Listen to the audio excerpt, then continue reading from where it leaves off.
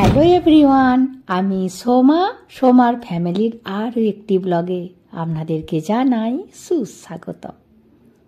এখন সকাল 7:30 মতো বাজে, আর আমরা এত ঠান্ডায় অতি কষ্টে রেডি হয়েছি, কারণ আজকে উটিতে একটি দুটি জায়গা ঘুরবো, তারপরে চলে যাব মধুমালয়ে, মানে অন্য একটি পাহাড়ে। Good morning. আমাদের ড্রাইভার রান্না অতি কষ্টে হিন্দি বলছেন। এনাদের মুখে ভাঙা ভাঙা হিন্দি শুনতে বেশ ভালো লাগে। যাই হোক, এখন আমরা প্রথমে ব্রেকফাস্ট করে নেব, তারপরে নয় যাওয়া যাবে। রাস্তাঘাটে একটিবার বেরিয়ে পড়লে আবার কোথায় রেস্টুরেন্ট পাবো না পাবো। প্রায় সবাই লুচি নিয়েছে, আর আমি একটু পঙ্গল নিয়েছি, ওই খানিকটি ফেনা ভাতের মতো খেতে, গোলমরিচ কারি পাতা দিয়ে বানাই। আমরা বেরিয়ে পড়েছি। এবার প্রথমেই যাব পাইন ফরেস্টে। দেখুন এই জায়গাটি কি সুন্দর দেখতে লাগছে। সকালের মিষ্টি রোদটি পড়েছে, বেশি ভালো লাগছে। এখানটিও খুব সুন্দর। যাই হোক, চলে এসেছি পাইন ফরেস্টে।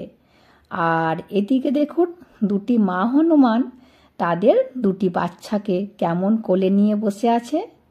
খুব সুন্দর দেখতে লাগছে পুচকে পুচকে দুটি বাচ্চাকে। ঠান্ডায় এরা মনে হচ্ছে রোদ পোয়াচ্ছে।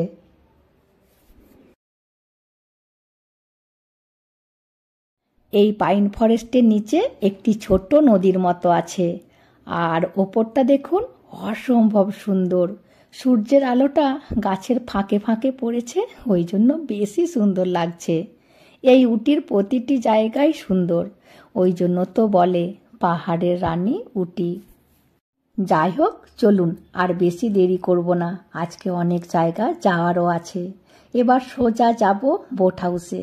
জানেন উটিতে দুটি বোট হাউস আছে, একটি উটির সিটির মধ্যে, আর একটি সিটি থেকে প্রায় 30-40 কিলোমিটার দূরে পাহাড়ের অনেকটা ওপরে আছে এই বোট হাউসটি। আর এই বোট হাউসটি এত সুন্দর, যেমন স্বচ্ছ জল তেমনি সুন্দর চারিদিকের সিনসিনারিটি। চারিদিকে পাহাড়, আর পাহাড়ের নিচে এই জলটি আঁকা বাঁকা হয়ে আছে।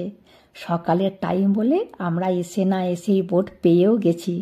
আমরা যখনই উটিতে আসি তো আমরা এই বোট হাউসটাতেই বেশি আসি, কারণ এখানে লোকজনও কম। আর পাহাড়ের এতটা ওপরে এই বোট হাউসটি অনেকে না জানেও না, আবার আসতেও ভীষণ কষ্ট। দেখুন জলের রংটি পুরো নীল, অসম্ভব সুন্দর না এই জায়গাটি।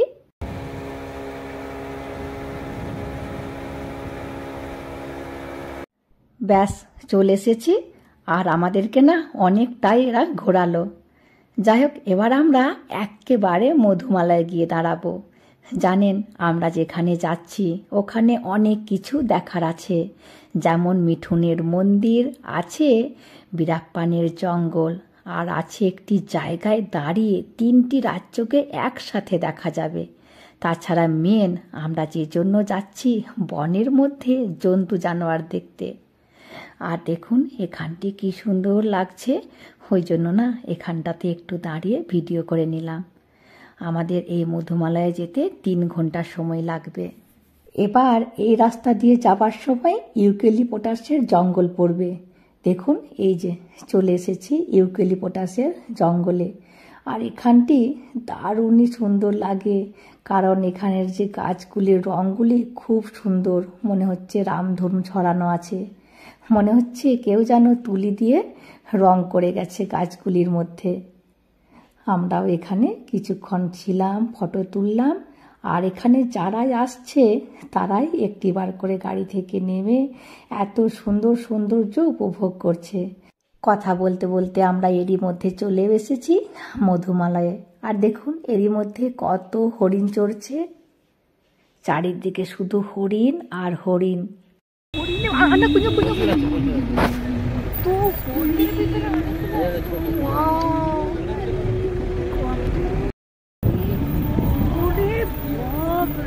সিংগুলো কত বড় বড়, কাছে বসে এক জল ঘুরলো সেটা।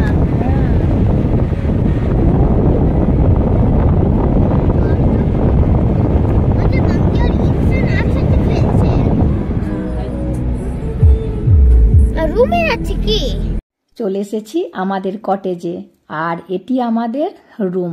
আমরা সবাই মিলে এই রুমটিতে থাকবো, কারণ রুম আর খালিই নেই।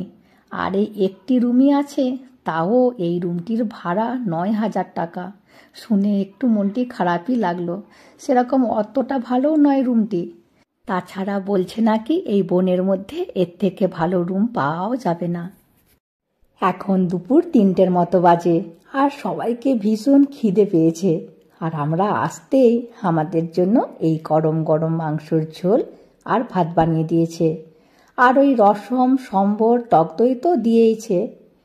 আর আজকে রান্নাটা এত সুন্দর হয়েছিল, ঝাল ঝাল করে না মাংসটা বানিয়েছিল, আর আমরা ভীষণ তৃপ্তি করে খেলাম। যাই হোক, এখন একটু রেস্ট করব, তারপরে ওই 4:30 করে বেরাবো জন্তু জানোয়ার দেখতে। এখন বিকাল 5টার মতো বাজে। আমরা ঘুরতে যাওয়ার জন্য একদম রেডি। দেখুন, আমরা এই জিপে করে যাব। আমরা যেখানে যাব আমাদের গাড়ি করে যাওয়া রিস্ক হয়ে যাবে, আর আমরা যেহেতু অনেকজন আছি ওই জন্য 2টি গাড়ি বুক করেছি। আর আমাদের এক একটি গাড়িতে ভাড়া নিচ্ছে 3,500 টাকা। আর আমরা এখান থেকে প্রথমে যাব আমাদের সবার প্রিয় দাদা মিঠুন চক্রবর্তী। এখানে একটি পাহাড়ের ওপরে মন্দির করেছেন, তো আমরা প্রথমে ওই মন্দিরটি দেখতে যাব।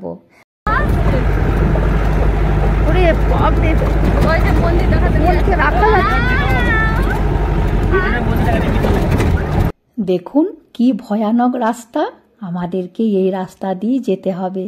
মাঝে মধ্যে এত বড় বড় গর্ত, গাড়ি তো একদিকে হেলেই যাচ্ছে। মনে হচ্ছে আমরা আর বেঁচে ফিরবো না। কেন যে এলাম আমরা এখানে, ভয়ও পাচ্ছে আবার মজাও লাগছে।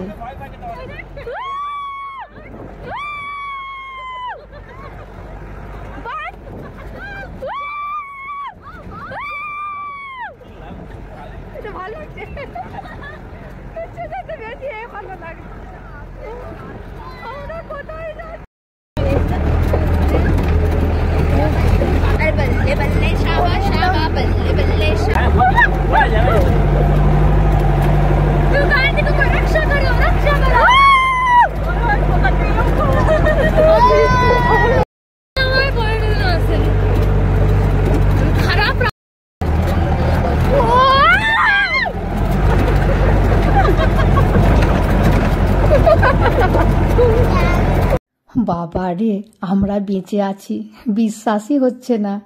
এই পাহাড়ের ওপরে মন্দির করার কি দরকার ছিল? ওইটা কি? হ্যাঁ ওইটাই তো।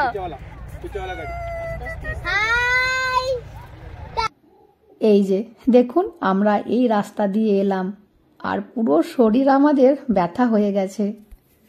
যাই হোক, বলেছিলাম না একটি জায়গায় দাঁড়িয়ে আমরা 3টি রাজ্য একসাথে দেখতে পাবো। দেখুন, সামনের যে পাহাড়টি ওটি হচ্ছে কেরালা, আর এখানটি কর্ণাটকা। পুরোটি বিরাপ্পানের জঙ্গল, আর এখানটি তামিলনাড়ু। আর এই নিচেটি পুরো আদিবাসী এরিয়া। আর এই আদিবাসীদের প্রধান জীবিকা জঙ্গল থেকে মধু নিয়ে ওই মধুকে বিক্রি করে জীবিকা নির্বাহ করা। কর্ণাটকা ও কেরালা। এই যে এটি সেই মিঠুন দাদার মন্দির, যেটি দেখার জন্য আমাদের এত কষ্ট করে আসা। আর দূরের যে পাহাড়টি দেখা যাচ্ছে ওই পাহাড়টি উটি, আমরা ওখান থেকেই আজকে এলাম।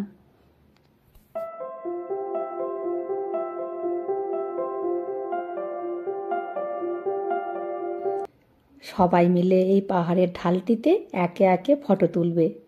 আমাদের ড্রাইভার আন্নাকেও সাথে নিয়েছে। এবার বাচ্চাদের পালা। দেখুন কত জিপ এসেছে। সবাই না প্রথমে এই মন্দিরটি দর্শন করতে আসে, তারপরে যায় জঙ্গলে ওই জন্তু জানোয়ার দেখতে। আমরাও ওরকমই করব। যাই হোক, আরও একটিবার আমরা ওই ভয়ঙ্কর রাস্তা দিয়ে আমাদেরকে নামতে হবে। আমরা এখন থেকেই ঠাকুর ডাকা শুরু করে দিয়েছি, আর ইনি আমাদের জিপের ড্রাইভার। এই বয়সেতেও এত ভালো গাড়ি চালাচ্ছেন, তাও আবার এই ভয়ঙ্কর রাস্তায়। ওনাকে সত্যি স্যালিউট।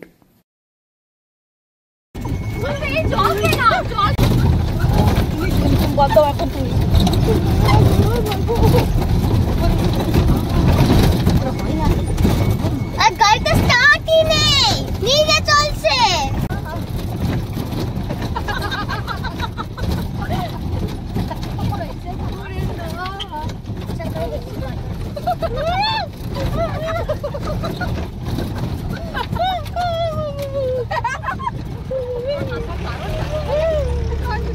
এই তো টিপে বানা।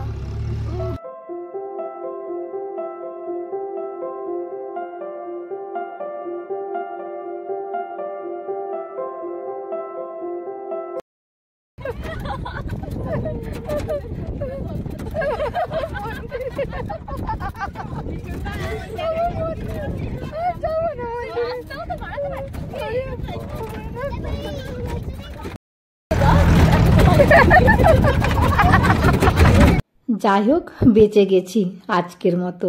জীবনের বাজি নিয়ে ঘুরতে যাওয়া এই প্রথমবার এরকম এক্সপিরিয়েন্স আমরা করলাম। ভালো করে লক্ষ্য করুন কত হরিণ চড়ছে। সামনের দিকে তো একটি দুটি দেখা যাচ্ছে, আর ভেতরের দিকে ঝাঁক ঝাঁক হরিণ আছে। আর এখানটিতে চাষবাস হয়, ওই জন্য দেখুন কারেন্টের তারগুলিকে ঝুলিয়ে রেখেছে, যাতে হাতি বা অন্য জন্তু জানোয়ার এসে ফসলগুলি নষ্ট না করে দেয়।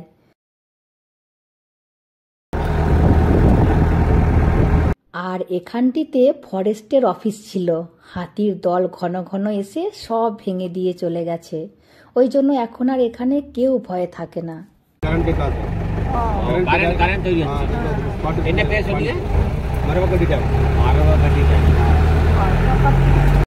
আমরা এখানে গাড়িকে স্লো করে করে যাচ্ছি।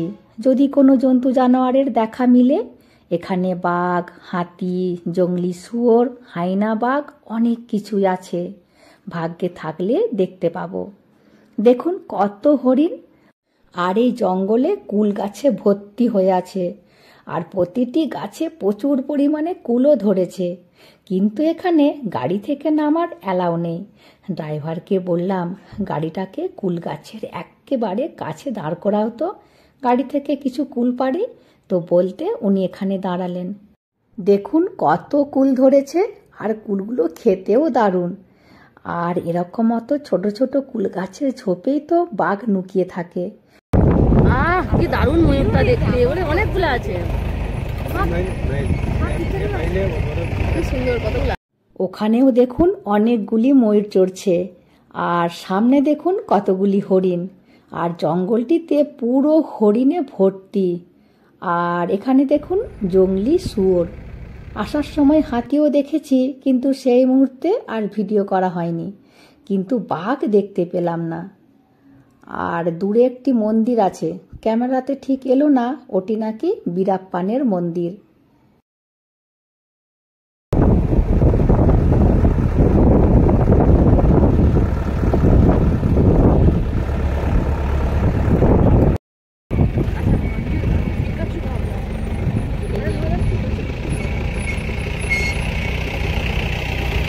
এখানে বেশি ময়ূর, হরিণ আর জংলি শুয়োর দেখতে পাচ্ছি, কিন্তু বাঘ এখনো দেখতে পেলাম না। আর এই জায়গাটি এখানের একটি শুটিং স্পট। এখানে সাউথের অনেক সিনেমার শুটিং হয়েছে। সাউথের একটি বিখ্যাত গানের নাচ নাকে মুকে নাকে মুকে এখানেই শুটিং হয়েছিল।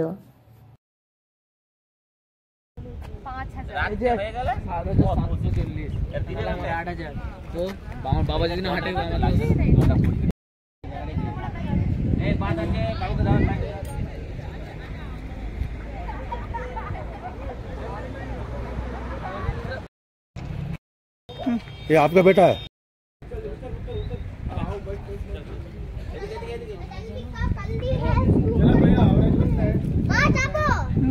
আমরা তো বাঘ দেখতে পেলাম না, ওই জন্য আমাদেরও মনটি খারাপ, আবার ড্রাইভারেরও মনটি খারাপ। ওই জন্য বলছে নাকি আমাদেরকে আরও একটি জঙ্গলে নিয়ে যাবে। ওখানে গিয়ে যদি দেখতে পাই তো পাবো। টাইগার। আর দেখুন সেই বড় বড় শিংযুক্ত হরিণগুলি, ওই মোষের মতো দেখতে। চিড়িয়াখানার থেকে জঙ্গলের মধ্যে জন্তু জানোয়ার নিজের চোখে দেখার আনন্দই কিন্তু আলাদা। এখন রাত্রি 8টার মতো বাজে। আমরা একটি হাতির দল দেখেছিলাম আর অনেকগুলি হাইনা বাঘও দেখেছিলাম। যত অন্ধকার হচ্ছে ওরা জঙ্গল থেকে বাইরে বেরিয়ে বেরিয়ে আসছে। অন্ধকার ছিল বলে আর ভিডিও করা হয়নি। জঙ্গলে পাহাড়ে সব ঘুরে আমাদের খেপির মহা আনন্দ। যাই হোক, এবার আমাদের খাবার টাইম। দেশি মুরগির ঝোল আর ভাত। চলুন তাহলে ভিডিওটি আজকের মতো এখানেই শেষ করছি। চলে আসবো পরের ভিডিওতে। হাসি খুশি থাকবেন, সবাইকে হাসি খুশি রাখবেন। আর যদি ভিডিওটি ভালো লাগে please like, comment and share করে দেবেন। আর অতি অবশ্যই সাবস্ক্রাইব করে দেবেন। Thank you.